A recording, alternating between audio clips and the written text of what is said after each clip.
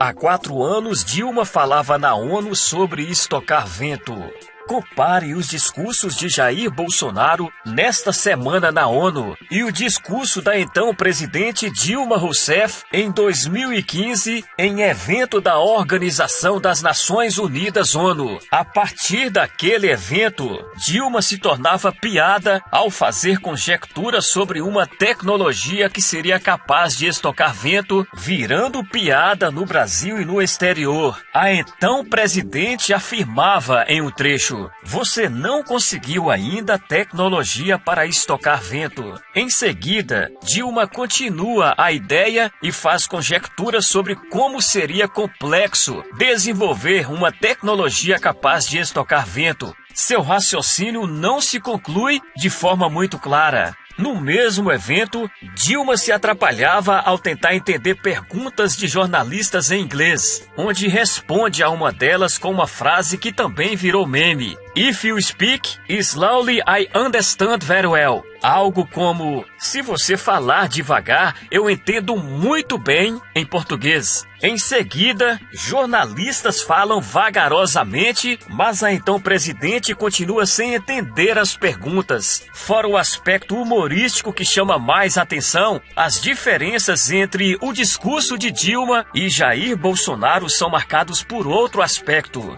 Bolsonaro não é subserviente aos planos e interesses da ONU e transmite em seu discurso uma síntese de valores e anseios que o fizeram chegar à presidência da República. Com firmeza, o presidente Jair Bolsonaro fez um discurso empolgante e corajoso na Assembleia Geral da Organização das Nações Unidas ONU. Num dos momentos marcantes, Bolsonaro enalteceu a coragem, o patriotismo, a perseverança e o trabalho que vem sendo executado pelo ministro Sérgio Moro, desfazendo a narrativa da extrema imprensa que luta insanamente para criar intrigas entre as duas autoridades. O ministro da Justiça e Segurança Pública, Sérgio Moro, elogiou o discurso da abertura de Jair Bolsonaro na ONU em Nova York, nos Estados Unidos. Moro destacou que o presidente brasileiro mencionou pontos fundamentais como soberania, liberdade, democracia, abertura econômica, preservação da Amazônia, entre outros. Discurso assertivo na ONU. Pontos essenciais: soberania, liberdade,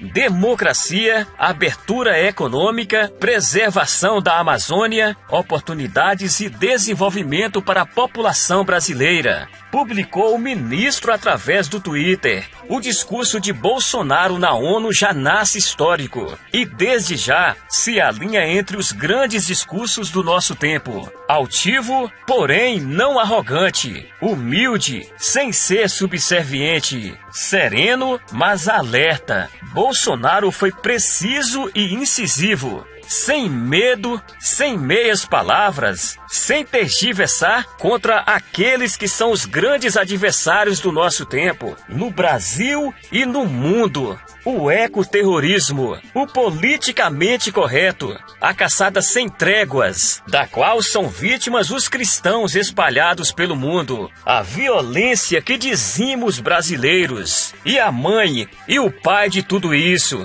o socialismo. Ao contrário dos discursos chapa branca e café com leite característicos da ONU, feitos sob medida por e para ditaduras e seus seguidores, a fala de Bolsonaro marca posição, marca território e marca uma época onde talvez o lado bom da força esteja começando a reconquistar um pouco do tempo perdido. Você pode ser oposição ou apoiar o governo, mas precisa reconhecer: o discurso já nasce histórico, porque a partir de sua fala grave na ONU, Bolsonaro deixa de ser só mais um presidente e apresenta-se ao mundo com o porte de um estadista. Além desses pontos, o discurso enfocou críticas ao socialismo, a defesa das realizações do seu governo e também o incentivo à formação de novas parcerias comerciais. Sobre a Amazônia, Bolsonaro falou da questão indígena, levando inclusive a Índia Xingu e Sani Calapalo, para demonstrar que há muita lenda sobre aspectos reais com relação aos índios brasileiros. Aproveitou para deslegitimar a liderança de Raoni, que costumeiramente se apresenta pelo mundo como líder de todos os índios brasileiros. As críticas ao governo francês ocorreram de maneira indireta ao presidente da França, Emmanuel Macron, pela propagação de fake news relacionadas às queimadas na Amazônia. Não houve nenhuma menção à alta comissária de direitos humanos da ONU, Michelle Bachelet, mesmo diante de polêmicas recentes. Bolsonaro foi muito enfático, afirmando que o Brasil combate políticas socialistas e que não apoia os governos de Cuba e da Venezuela. Neste prisma, citou o programa Mais Médicos e a debandada de médicos cubanos antes mesmo dele assumir a presidência da República. Foi mostrado ao mundo que o Brasil é um país promissor para investidores externos, que o risco país está diminuindo e que há um futuro previsível para a nossa economia. O impacto do discurso do presidente parece ter sido positivo, porém, os comentaristas da imprensa televisiva estavam muito agressivos nos comentários. O certo é que foi um discurso patriótico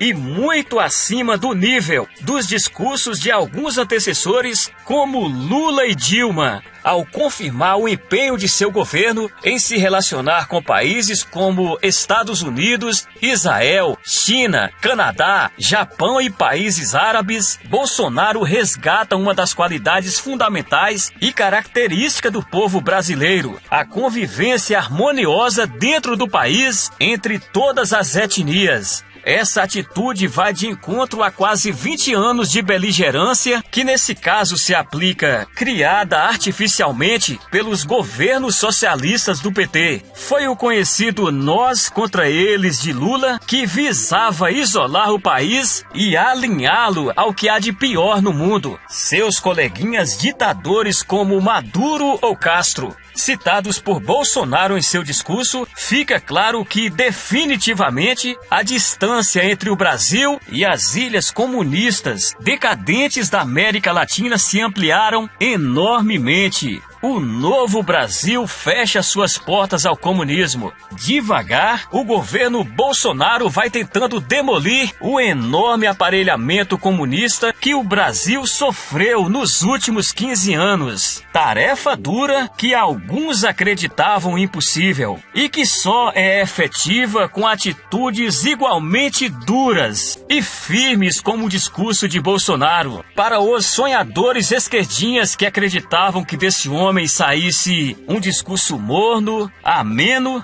resta a choradeira sem fim das eternas vítimas, condição que parecem adorar. E Sani Calapalo, Jair Bolsonaro e seus ministros representam o Brasil no mundo. O resto é o resto. É o atraso que fica agora cada vez mais no passado.